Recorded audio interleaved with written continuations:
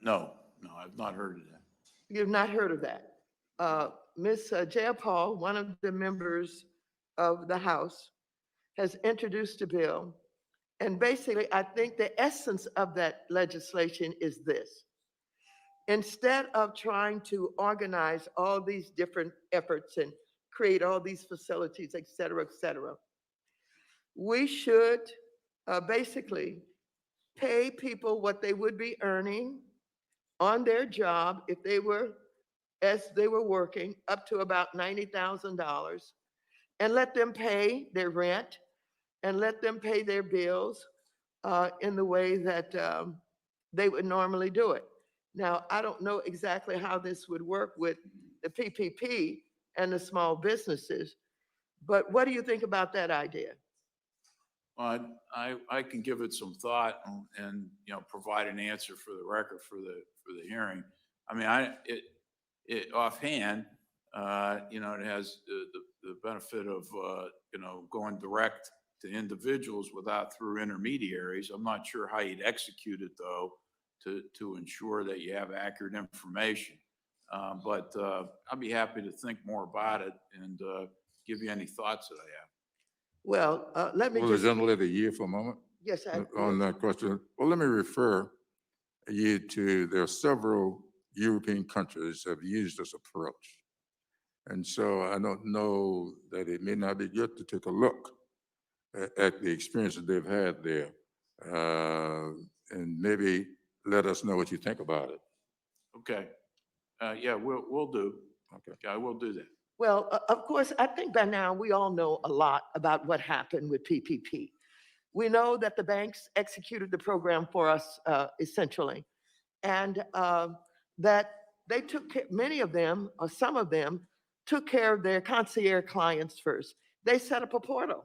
I talked with a couple of CEOs, and they admitted what they had done. Are you aware of that?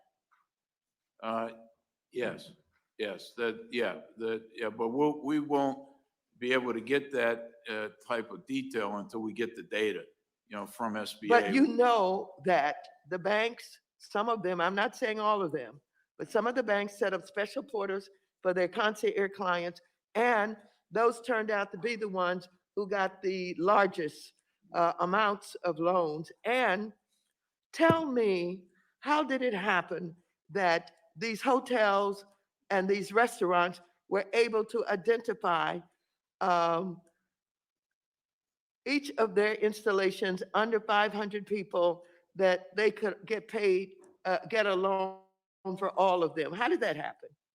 My understanding of that is that that was a change that was made in the legislation at the last minute to allow them to be able to do that. That was part of the original legislation. It's my understanding. You know, if I'm wrong, I'll provide a correction, the answer, and to the record, for the record. But that allowed that industry to apply if they had 500 people less employees per location. Did the SBA sign off on that? Pardon me? Did SBA sign off on that? Um, I don't know their involvement in the legislation. I'm sure the administration did if the president signed the bill. Do you think that basically undermined what the PPP was supposed to be about? Well, you know, I wouldn't second guess the Congress and what it did and what, you know, and the legislation that it passed. So, I mean, I was assuming it was part of congressional intent if it's in the legislation. For, for small businesses? Well, you know, Congress, the legislation defined what businesses were eligible or not. I mean, that decision was in the legislation, from my understanding.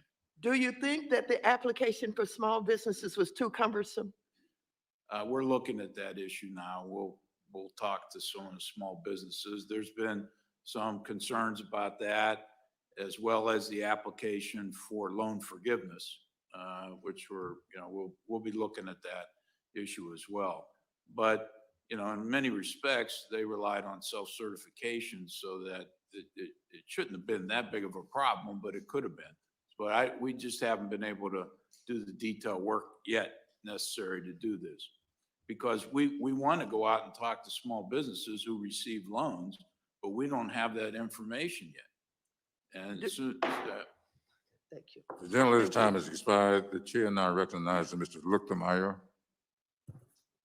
Thank you, Mr. Chairman, and thank you, Mr. Dodaro, and your colleagues for being with us today. I appreciate your years of service, and congratulations on your anniversary of service to our country. And I just want to follow up a little bit on some of the comments that were made with regards to the PPP program. I serve on the Financial Services Committee, and part of this actually comes through some of my subcommittee that we worked a lot with the administration on these programs. And I know that, for instance, the SBA got more money out the door in 14 days than they normally do in 14 years. I mean, that's pretty significant that they were able to do that.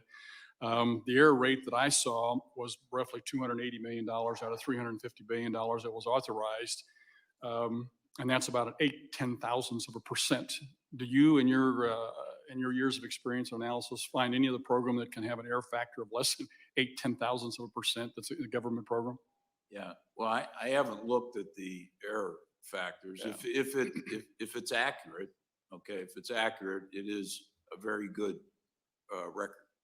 Yeah, that's the number that came out of from the media, and I think that's the Treasury actually acknowledged that that's roughly what they're having to claw back from businesses that should not have got the PPP. Yeah. But that's a pretty good record of getting out in 14 days that much money, and then only an error factor of 0.8. Similarly, with the issue with regards to the stimulus checks going to people who shouldn't get them, you made a comment a while ago about the Social Security's death master file. And it's something that you recommended apparently for a number of years that we Congress have never done. In fact, the Trump administration has proposed in every single budget to give Treasury access to this, and we Congress have not done that. Is that roughly correct? That's correct. And I know Treasury, I've talked to Secretary Mnuchin about this and the head of the fiscal So this service. problem could have been eliminated and alleviated if we Congress had done our job and allowed this to happen in previous years. That's a reasonable hypothesis. Okay. Congressman. Thank you very much for that. Also, your charge here is to figure the pandemic's effect on public health. And I want to follow up on that just a little bit since we had a report in one of the local political magazines here that roughly 65,000 people die as a result per month as a result of the lack of focus on their healthcare needs due to suicides, opioid abuse, lack of cancer treatments, heart conditions that aren't addressed. You know, New York City even said they didn't do 80% of the brain surgeries that are necessary. Did your report look at this part of the healthcare picture? Because that's about 50% more people dying because of the lack of treatment versus attention on the COVID.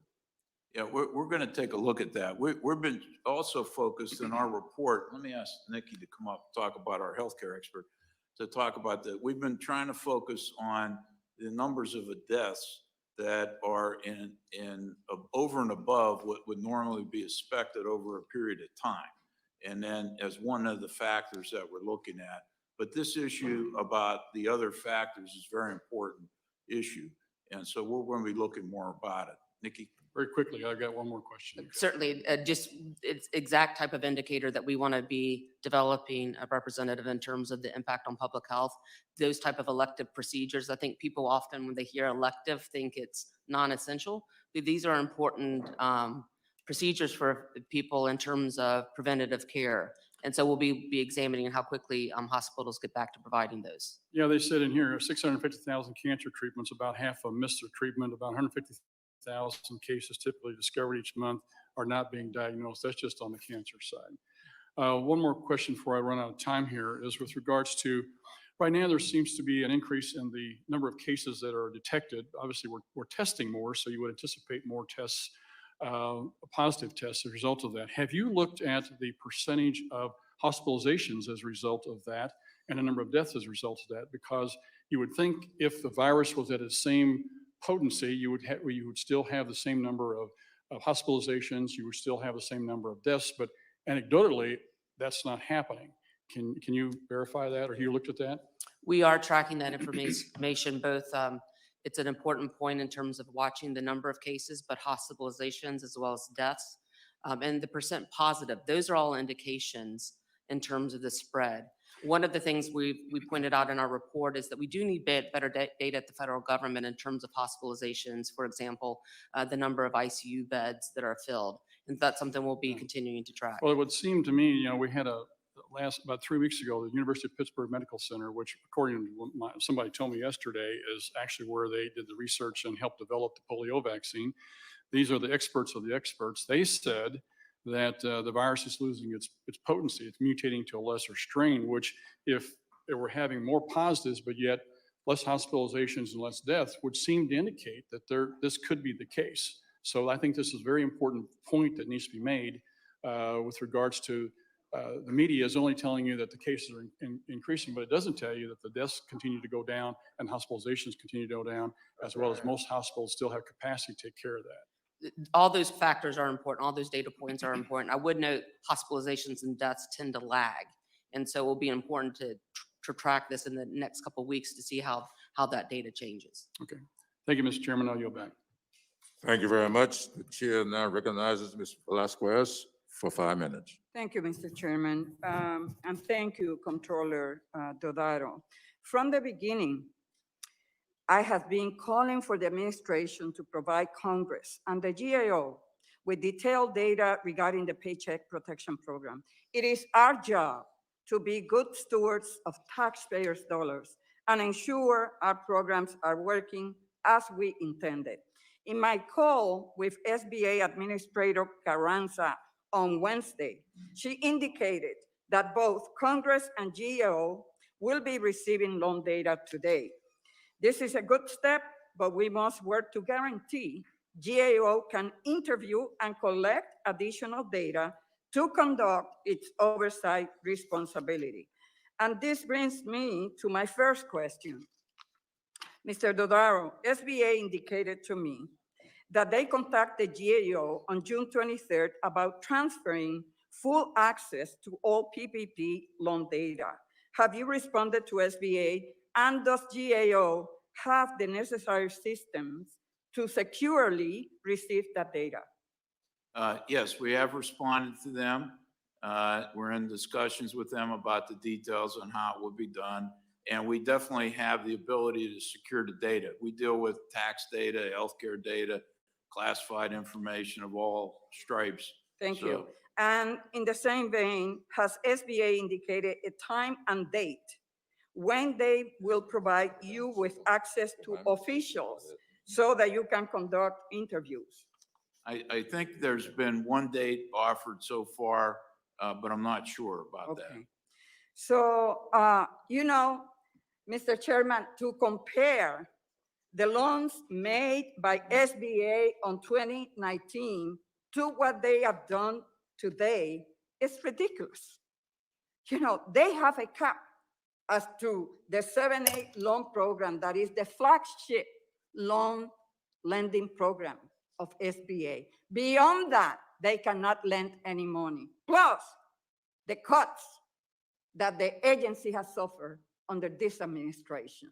So budgets has consequences. The E-Tran system, they shut it down.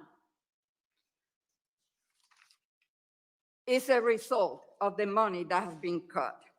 So the first SBA IG flash report noted that SBA implementation of the PPP did not align with the CARES Act objective of prioritizing underserved and rural markets.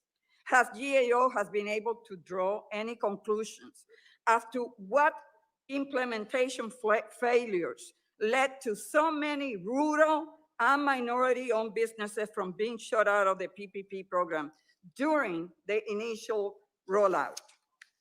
We will be looking at that issue, but until we get the information, we're not in a position to determine that. Now, they're also, from my understanding, did not collect demographic information, and they're trying to collect it as part of the loan forgiveness application, but it's voluntary. So I don't know how many people are gonna submit the information, but we're gonna try to look at that, and that's one of our key objectives. Okay, so you note SBA experienced IT challenges such as crashes to the E-Tran portal, forcing SBA to shut down the site. Is GAO considering future reports on IT issues that may have resulted in some businesses not being able to access loan, while other businesses may have received more than one loan? Yeah, we'll take a look at that issue. Sir, do you think that is important for the Small Business Committee to have access to the raw data so that if we need to make changes, or if the administration come back to us and say, we need to approve more money and to provide more relief, how could we assess if the program is working as it was intended by Congress if we don't have access to that information? How many times I have requested the administrator to come before the committee and Secretary Mnuchin? So it is not right, and we expect for them to come forward. She committed to me on Wednesday that she will be coming to the committee when she asked me what steps or what intentions you have and the committee going forward regarding the program. My answer is, I don't have any data. I have no information to be able to make any responsible decision at this point. So thank you, sir. I yield back. I thank the gentlelady. The chair now recognizes Mr. Green for 5 minutes. Thank you, Mr. Chairman. Ranking members, please, thanks to our witnesses for being here today. There's understandably a lot of consternation in our country today about the spike in new coronavirus cases. As with all the other public health decisions we face this year, we have to make sure we take a holistic look at the data to ensure we have the truth and not some preferred narrative. It is alarming. Is the alarming spike in cases in parts of this country due to greatly increased spread, or could there be another factor? Let's be honest. The United States is testing people for the coronavirus at unprecedented rates, and more people are willing to go see their doctor as the country reopens. So of course we will see an increase in cases. Some public health experts have estimated that we have 10 times the number of cases of coronavirus than being accounted for in testing. Others, like Dr. Francis Collins, the director of the National Institute of Health, have observed in the past, and I quote, the number of people who haven't yet turned up in the healthcare system but who already are infected is probably 100 times the number of cases you know about, end quote. Even CNN, yes, I'm referencing CNN, reported just this week that a new study suggests 80% of cases were never reported in the month of March because we weren't testing as broadly as we are now. We've known since the beginning that there were likely far more cases overall than just the confirmed cases. And as we have ramped up testing, we see that to be the case. Dr. Donald Yaley of the University of Pennsylvania reinforced this point. He urged us, and I quote, to change our mindset and focus not exclusively on the number of cases, but on the severity of the illness, end quote.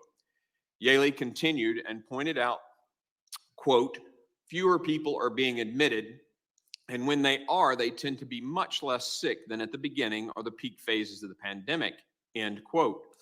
We have to look at the hospitalization rates in context. This CDC reports, and I quote, for people 65 years and older, current cumulative COVID-19 hospitalization rates are within ranges of cumulative influenza hospitalization rates observed at comparable time points during recent influenza seasons, end quote. Now that's good news. And while we're clearly not out of the woods yet, we need to look at the data in context. Asserting that the president has failed to contain the virus because the cases are going up is either blindly uninformed or blatantly malicious. First, the goal was to flatten the curve, not stop every person from getting the virus. That's physically impossible. Trust me, I'm a physician. Any honest broker will realize that cases are going through the roof because we're testing through the roof. So what is it? We have to have more tests? Or now that we are, oh, my dear, the president's failed us because we're testing more and they're more positives. I think most people will see the ridiculous hypocrisy in that. The media continues their narrative, marching in lockstep with my Democrat colleagues, and they ignore the context and the facts. As I came in today, I saw a gentleman running on the sidewalk. There was no one within 100 yards of the guy, yet he was wearing a mask while running. This speaks to the irrational fears this dishonest representation of the data by the media has caused. The media also ignores the fact that reopening society will save lives in other ways. Cancer screenings deemed non-essential, but in reality are very essential. Social isolation, which has devastating healthcare consequences, can come to an end if we open up and Americans can get back to work, feed their families, pay their rents, and save for their kids' college. Other data is also suspicious. Colorado's governor just revised the state's deaths due to COVID down by 12% because he found that the state's health department was counting even automobile accidents from trauma deaths as COVID if the patient had the virus. That's absurd. 12%. And my question to you, sir, is have you looked into how states are actually counting their COVID deaths? And if so, are there other states that are going to be revising their numbers down 12%? Yeah, well, one of the findings in our report is that the testing data that CDC's been reporting is inconsistent and not complete. Not all the test data has been reported.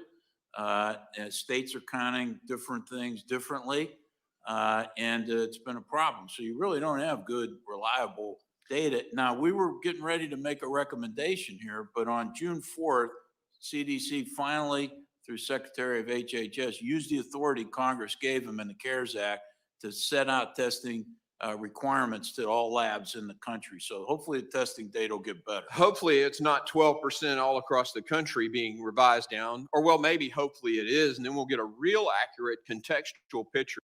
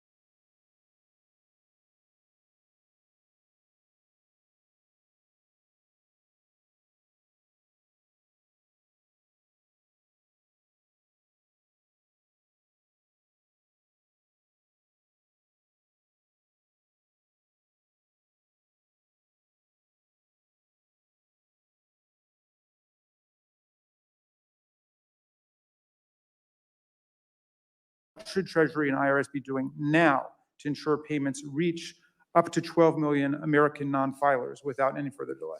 Yeah, they need to explore different data sources to try to identify these individuals. That's one of the things we're going to look at, and make some recommendations to them. Well, when will that happen? It's just a matter of some urgency. My office, and I'm sure my colleagues' offices, are just besieged with people who desperately need this money. Yeah, we're working on it. I hope to have those recommendations by our next bi-monthly report. Okay, I'm working through the weekend during this pandemic. I hope your people are working through the weekend too to get this We done. wouldn't have been able to produce that report that you have there in 90 days since the law if we weren't working 24/7. I appreciate that. GAO also reported that Treasury and IRS sent nearly $1.4 billion in payments to 1.1 million decedents, that is, Americans who'd already died.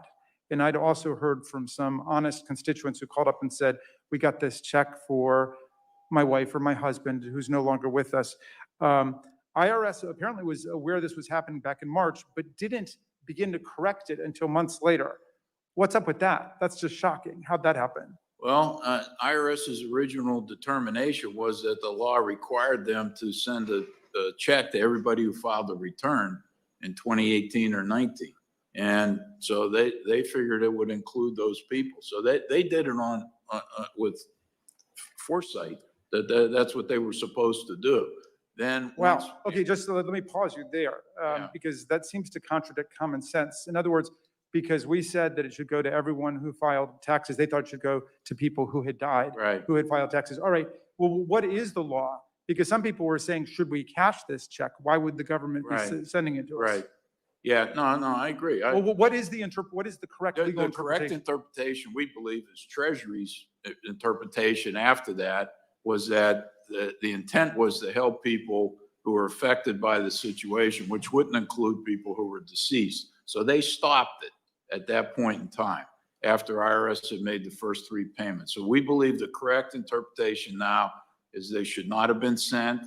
And our recommendation is to try to get as much of the money back as possible. Okay, and they've changed that policy of sending checks to people who have died? That's correct. Yeah, Okay. they stopped that after the first three rounds. All right, thank you very much, and I yield back, Mr. Chairman. Thank you very much, Mr. Raskin. The chair now recognizes Mr. Kim for 5 minutes. Thank you, Mr. Chairman. I just want to begin by just addressing something that came up earlier in this hearing. It was talked about CDC guidance when it comes to wearing a mask and social distancing. I just went onto the CDC website and just want to confirm that it says cover your mouth and nose with a cloth face cover when around others and continue to keep about 6 feet between yourself and others. It is not saying that it is one or the other. It is recommending both social distancing and using a mask. Moving forward, I have to say I'm very concerned about the Trump administration's failures when it comes to providing personal protective equipment and medical supplies that our communities need to keep safe. According to the GAO's report, there was a HHS exercise in August 2019 that determined, quote, that domestic manufacturing capacity would be unable to meet the demands for personal protective equipment and other supplies in the event of a global influenza pandemic. This was months before the coronavirus pandemic, but the Trump administration failed to act on these findings. As a result, according to the GAO, quote, the nationwide need for critical supplies to respond to COVID-19 quickly exceeded the quantity contained in the Strategic National Stockpile. Mr. Comptroller General, I wanted to ask you, do you agree that the Strategic National Stockpile had been short of the critical supplies that were needed during this pandemic? Yes, I mean, that's been acknowledged, and they're trying to fix it now. And they're going to try to revamp the stockpile going forward. The exercise that you talk about, it was called Crimson Contagion, and it was pretty much an exercise that mirrored what exactly has happened with this particular COVID-19 situation, and it identified things. Now, what they told us was they didn't have enough time to react to the findings in there, that they did brief some members of the Congress, but they're trying to revamp the national stockpile now. But the masks that were in there that were left over from H1N1 weren't effective anymore.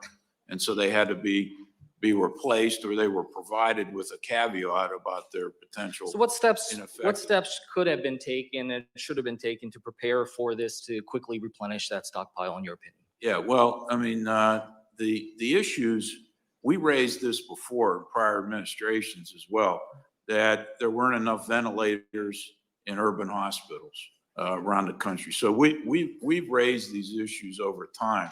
Our country has difficulty, and the hardest part of my job is getting people to act before there's a crisis, has great difficulty in preparing ahead for things. And so it's not unique to any administration. This has been a problem that I've seen throughout my career in government. So earlier in they- this, so earlier they in this could have- hearing, They had the information, and everybody preceding had it in order to act on it, but they didn't. Either the money wasn't appropriated, they didn't allocate it properly. We're looking more at the details about it.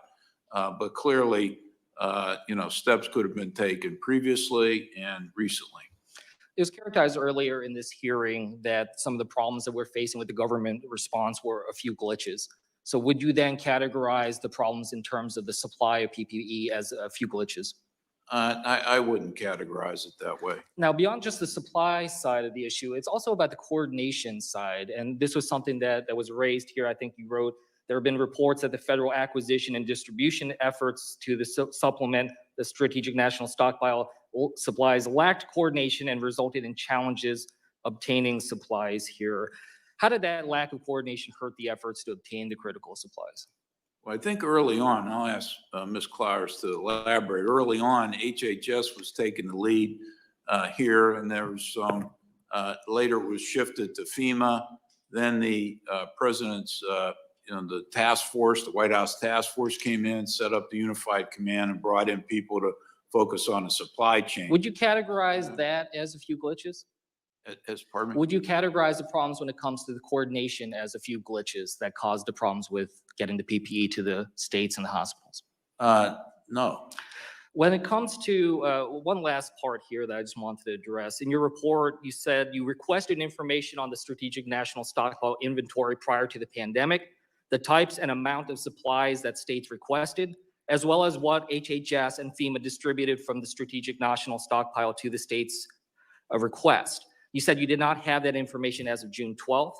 That seems like very basic information to me about what is necessary to assess whether the stockpile is doing what it is meant to do. Have you received that information yet? Go When ahead. did, Go ahead. We have not. when did you make that request? I don't have a specific date, but it's a request that we made fairly early on, but we'll continue to work with HS. Have you been given a reason why you have not been receiving this information? We have not. Do you know how much is in our stockpile right now? I do not. A question is just, who pays for our stockpile? The federal government provides appropriations, and as the Comptroller General mentioned, the appropriations have varied each year over a number of years in terms of what's been provided to maintain adequate supplies in the stockpile. Yeah, that's absolutely correct. It comes from, our government comes from the American people. It's the American people's stockpile, and they deserve to know what has been done to keep them safe. The American people are still under threat from this virus. We face rising cases across this country. We face a threat of a second wave later this year, and the American people deserve to know if we're ready. And your testimony in the report today makes me concerned that we're not ready. Mr. Chairman, back to you. Thank you, gentlemen. We have had questions from all of our members. I would like now to yield to the ranking member for any closing statement he would like to make. Thank you again, Mr. Chairman, for holding this hearing in this committee room. And again, thank you, Mr. Dor, for your report, your testimony. I appreciate the fact that you've been working with the Trump administration to get the information you need to compile this report, as well as to continue providing us proper oversight. And I'm glad that in your testimony, you made clear that you're getting that cooperation from the Trump administration. Clearly, there are other issues you're going to continue to work through with the Small Business Administration. As you testified today, they have been overwhelmed. Last year, they issued about 36,000 loans under the 7A program, and in 8 short weeks, They issued over 4.5 million loans through that same program, over 125% increase in workload. And in a time where we knew we had to move expeditiously, time was of the essence to save millions of small businesses, to save millions of jobs so that families have the ability to pay their mortgage, to get back to work, to have their careers before them as we work through this pandemic. It's been unprecedented in terms of the response, the quickness that we've seen in getting testing brought to the market. Tests that would have taken 2 years for the FDA to approve have been approved instead in weeks, following safety guidelines, but removing red tape. I applaud the Trump administration for implementing Operation Warp Speed to push more results for families, to get more testing, to get more cures, therapies. We're seeing revolutionary changes, drugs like remdesivir that are proving effective for many people of COVID-19. That would not have happened without the Trump administration moving red tape out of the way so that we could save lives, continuing to search for a vaccine at rapid speed that we're seeing in the private sector because red tape has been cut. We need to continue to push for those kind of reforms and that kind of expeditious response. Now, clearly, when you move expeditiously, there can be mistakes made. It's good for us to look at finding out what those mistakes are and correct them. I'm glad you testified that you are seeing agencies like the IRS correct things along the way that they found. But we also have seen that based on your findings that you presented, so far the PPP program has more than a 99% success rate. That is revolutionary for a program that has given out loans to over 4.5 million small businesses, over 500 billion taxpayer dollars that have been used properly, as we all voted for. Republicans and Democrats joined together to say, let's help these small businesses quickly, to have over a 99% effective rate. Let's go find the folks who abused it. Let's go get that money back. And I'm glad the administration's working to do that. But for somebody to suggest that a program that has over a 99% success rate is a failure or shouldn't have happened is ludicrous. Again, millions of families would be out of work, small businesses that would be closed. Even with the unemployment numbers we're seeing each week, those numbers are dropping because businesses are starting to open again. And again, we look back to the science. As Dr. Green talked about, why did we do this? We didn't do this to hope that nobody gets coronavirus. Sure, we hope that nobody gets coronavirus, but in a real world, we know it's still out there. And so the question is, do we just shut everything down and wreck our economy, wreck the livelihoods? And again, as Dr. Green pointed out, there are thousands of people dying because they're staying at home. They're not going to their doctor. They're not getting their checkups and their cancer treatments and their colonoscopies and their mammograms and their immunizations. Children will die because they're not getting immunized. So there's a cost to keeping people at home as well. We need to look at all of that. We've talked in this committee about the nursing home crisis that happened. Yes, every state experienced nursing home deaths, but not all states experienced it at the same level. Let's just look at the data we've gotten so far. And again, we're trying to get more data because some of these states are hiding the data. But what we know, if you look at the 5 states that violated the CMS guidelines, went against the science, tens of thousands of people died that shouldn't have died. We want to know about that. I'm glad that you're looking into it. And as Mr. Jordan said, we hope that you do that quickly as well, because we need to stop it from happening where it is still going on in states like Michigan, where we know this is killing people, to force nursing homes to take back COVID positive patients if they can't isolate them. It killed tens of thousands of people and probably a lot more. I know the chair brought up the state of Texas. The state of Texas had 700% fewer nursing home deaths per capita than the state of New York. Of course they had deaths. Every state had nursing home deaths, but not all states experienced the same thing. The state of Florida had over 500% fewer nursing home deaths per capita than the state of New York. We ought to be looking at where it's working well, where it's working poorly, stop it from working poorly, and say, why don't you follow the guidelines that the folks that are doing it right are? I'd love to have 0 nursing home deaths, but 700% fewer in one state than another. You should be looking, going, why are they doing it right and why are they not? And finally, Mr. Chairman, and to all of our members, I know we're looking at the ICU beds. Again, the economy was closed down to make sure our hospitals don't get overwhelmed. And as we speak today, there's not a single state in the nation whose hospital system is overwhelmed. We've seen spikes. Clearly, we're following the spikes, and the governors are managing that, but not a single state in this nation has their hospital system overwhelmed. That was the barometer for closing the economy down. It's why we need to reopen safely. And again, to address the people that are dying because things are closed down, that has to be understood as well. So I appreciate the report you gave. I look forward to the future reports. I hope the governors of those 5 states comply with the letter we sent. And I'm going to get you a copy of this. There were very specific things we've asked for that they're recording. They're just not sharing it with the public. We need to know more about what happened in those states that didn't follow the federal guidelines. And the result was that thousands of people died in nursing homes that shouldn't have.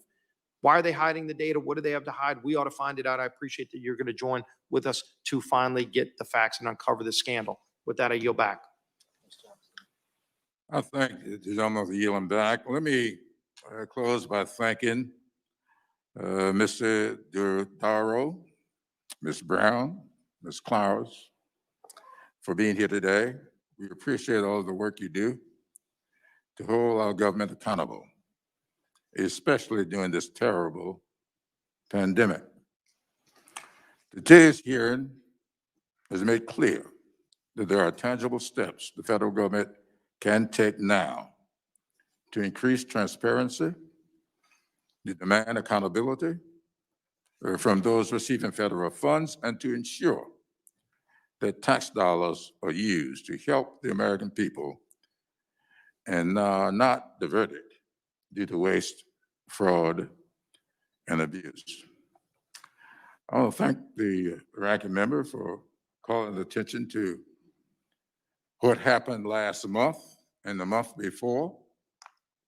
In New York, I think we all would like to know what happened last week in South Carolina, my home state, in Georgia, in Florida, in Texas, in Arkansas, in Oklahoma. All those states are spiking within the last week. And I'm interested in last week and what we can expect next week, as opposed to spend all of our time trying to figure out where the virus came from. I would hope that we spend a little time trying to figure out where the virus is going next, so as to be prepared for it. We've talked a little bit today. I thank the gentleman from Illinois for raising the issue of vaccines. I'm old enough to remember the last time the country wrestled with vaccines. I was around, I was a school kid when we had the polio vaccines. There was an S on that. Jonas Salk came up with a great vaccine, required a shot. Albert Sabin came up with a great vaccine, a little drop of serum on a lump of sugar. And according to all the science, it was more effective than salt.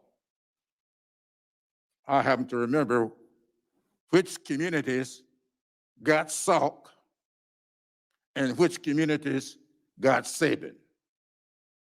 I grew up in the communities that got Salk, the least preferred and the least effective. Now I know there are going to be about 19, there are about 19 countries that supposedly in search of a vaccine. And that's what I want to see this committee focus on. What vaccines come forward, the effectiveness of vaccines, and where they're allocated. Not just the efficiency of the work, but how effective it's going to be and how equitable they'll be distributed. I grew up a victim of that which is not equitable. And I'm not going to preside over a process that will revisit that. or even continue it. So you can wallow in the past. I'm going to be concerned about the future. And thinking about the future, let me just read for our benefit. This is the document from the attending physician. And I want to read it. For United States House of Representatives meetings in a limited enclosed space, such as a committee hearing room, for greater than 15 minutes, face coverings are required, in all caps. That's not me. That's the attending physician. And we're not going to have another meeting in a confined space for more than 15 minutes if we are not going to abide by this. I will stay in the safety of my home, like I would ask all you to do. I grew up believing that the first sign of a good education is good manners. I think it's good manners to look out for your fellow men. I see all the staff wearing masks. I don't know what this is. Mr. that Chairman, we're will you yield pretending on to that? do. I'll be glad to yield. I thank the chairman for yielding. And as Dr. Green pointed out, there are guidelines out there for how to properly social distance, and we're following those. And again, I understand doctors might look at things differently and want to give even extra precautions, but the precautions that have been out there are clearly being followed. And Dr. Green pointed that out, and none of us would want to put anybody else in harm's way. It's why the House has been having votes on the House floor safely, properly, with social distancing, with the necessary supplies to make sure we can wipe down spaces as we're all, not here, but in the House floor, we're working in a similar area, speaking at podiums. And as one person moves out, they wipe down the area and another person follows those guidelines, just like we do here. I would yield back. Mr. Chairman? Mr. Raskin? I yield to Mr. Raskin. Okay, thank you. Go ahead and then I'll, after you, sir, okay. please. I really wish, Mr. Chairman, we could work this out pursuant to your suggestion following the exact instructions of the Capitol physician. Look, we don't have a cure right now. We don't have a treatment, and we definitely don't have a vaccine. We've got one thing, which is the public health guidance from Dr. Fauci, the Centers for Disease Control, and the vast majority of the doctors in the land who do not think this is a hoax and do not think this is invented, and they don't think it's political. And there's one thing we can do. We can put our masks on and we can keep our distance. And I don't understand why my friends in the minority, who I know are sincerely motivated people, would lambaste the majority for trying to keep the continuity of government going with committee meetings, online, with remote, or through proxy voting, and say, everybody needs to be here, and then show up and not wear masks and put terror and fear in your colleagues and perhaps your staff. Ms. Waters lost her sister to this disease. We have lots of colleagues who've gotten COVID-19. We've lost more than 125,000 of our countrymen and women. There's no other country in the world in which wearing a mask has become a political or ideological statement. It's a public health measure. We've got a rule which says you have to wear a jacket on the floor of the House. And I know people tease our friend Mr. Jordan about never wearing a jacket. I don't care about his not wearing a jacket. That's a fashion statement. But when he doesn't wear a mask and interacts with other people in a legislative assembly, it's dangerous. That is a public health menace.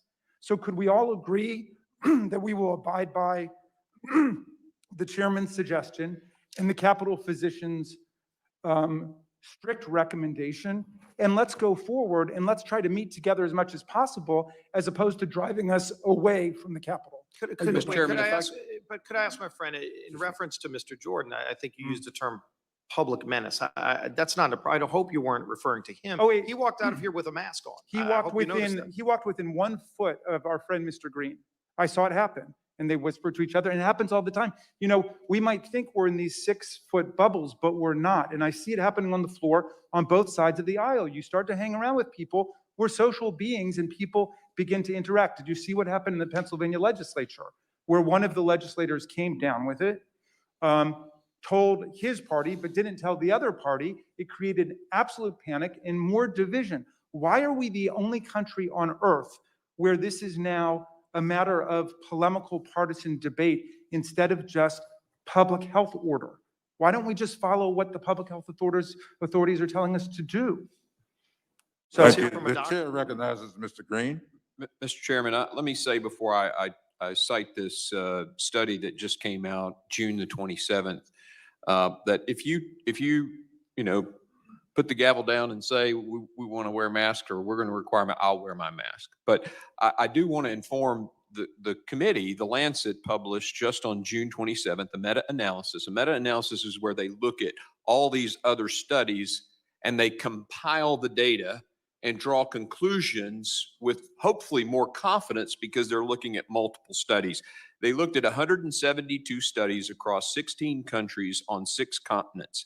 They found that a 1 meter distance decreased your risk with moderate certainty. Now, when they do these meta-analysis, they say high certainty. The data is convincing enough to say that there's high certainty that the conclusion is accurate. There's moderate certainty, and then there's low certainty. On the mask issue, it was low certainty that it makes a difference. The New England Journal of Medicine, one of the most respected journals in the nation, had an article several weeks ago that said outside the healthcare setting, the masks don't work. Now, it was referenced earlier about fomites, but yet documents are being passed around in here all the time. Are we sterilizing each document before we hand it off to one another? I haven't seen that.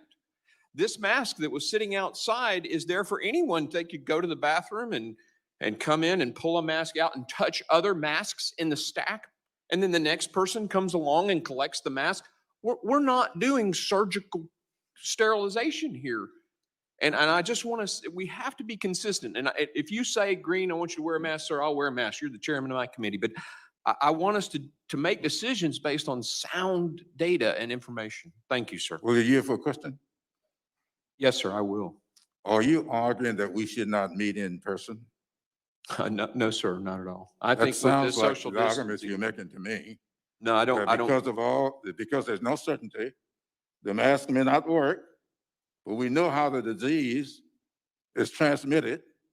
So if the mask has such a low probability of working, maybe we ought not be meeting in person. If you're asking my clinical opinion, sir, Yes?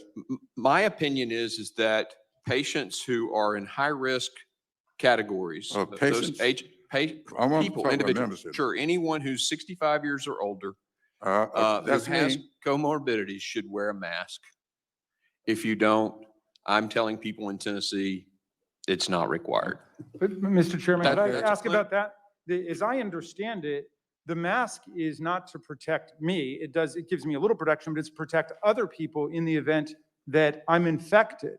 And a majority of the infections, I understand, are of people who are asymptomatic or pre-symptomatic. So you don't know whether you've got it.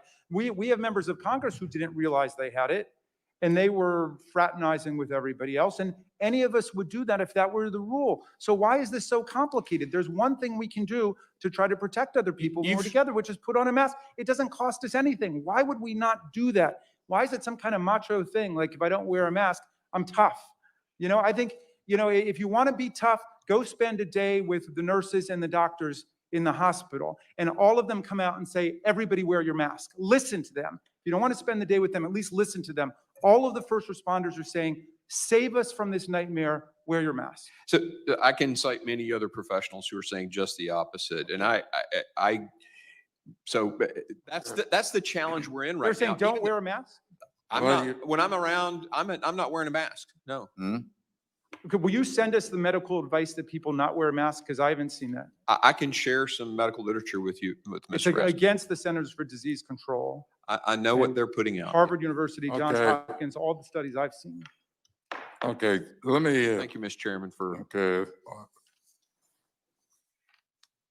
Without objection, all members will have 5 legislative days within which to submit additional written questions for the witnesses to the chair, which will be forwarded to the witnesses for their response. I ask our witnesses to please respond promptly, as promptly as you are able to. With that, this hearing is adjourned.